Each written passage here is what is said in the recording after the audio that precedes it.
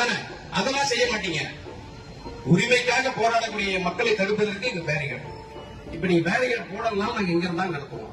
எங்க ஐயா சொல்லிட்டேன், அமைதியா நடத்திட்டு வாங்கன்னு சொல்லிட்டாரு. அதனால இங்கதான் நடத்துவோம். நீ ரோட்டுக்கு போனான்னு சொன்னா நீங்க எத்தனை பேரிகேட் போட்டாலும் நாங்க ஓட்டு தான் போடுவோம்.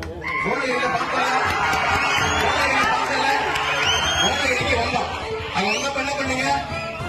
போராட்டம் நடத்த அனுமதி இல்லை, நீங்க மைக் இல்லைன்னு சொன்னீங்க, சேர் இல்லைன்னு சொன்னீங்க, சேர்மனா இல்லைன்னு சொன்னீங்க. ஆனா நான் விட்டுட்டு வந்தோமா? மைக் வந்தது, சேர் வந்தது, சேர்மனா வந்தது, எல்லாம் எங்க வந்தது?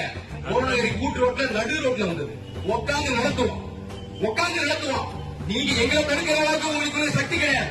இந்தியாவினுடைய துணை ராணுவத்தை சந்தித்த இந்த இளைஞர்கள் சாலை மறியல் செய்து போராட்டம் நடத்தி இடஒதுக்கீடு வாங்கி வளர்த்தெடுக்கப்பட்ட இரண்டாயிரம் ரெக்கார்டு சாரம் கிடையாது. பார்க்கறதா எதை வேணாலும் பார்ப்போம். எங்கிட்ட எதுவுமே இல்ல, எங்கிட்ட எதுவுமே இல்ல, மிஞ்சி எதுவுமே கிடையாது. நாங்க வெறும் தான் மிஞ்சி இருக்கிறது எங்க உயிர் தான். எப்ப வேணாலும் போட்டு என்னதுக்காக நிற்போம்.